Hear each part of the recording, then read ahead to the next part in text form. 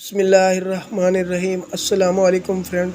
आज का हमारा टॉपिक जो है वो ये है कि पैनाडोल और पैनाडोल एक्सटेंड में क्या फ़र्क होता है।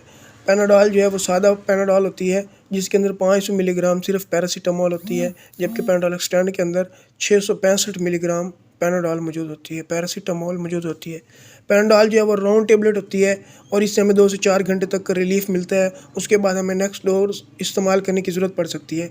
जबकि पैनाडोल एक्सटेंड के अंदर डबल लेयर होती है।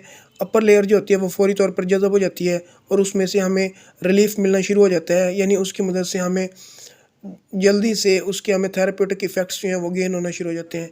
जबकि इसकी सेकंड लेयर में से आहिस्ता आहिस्ता थोड़ी देर के बाद तक ड्रग रिलीज़ होती रहती है और एक्सटेंड का मतलब है टाइम का बढ़ जाना, और इस वजह से इससे हमें देर पास राहत हासिल होते हैं।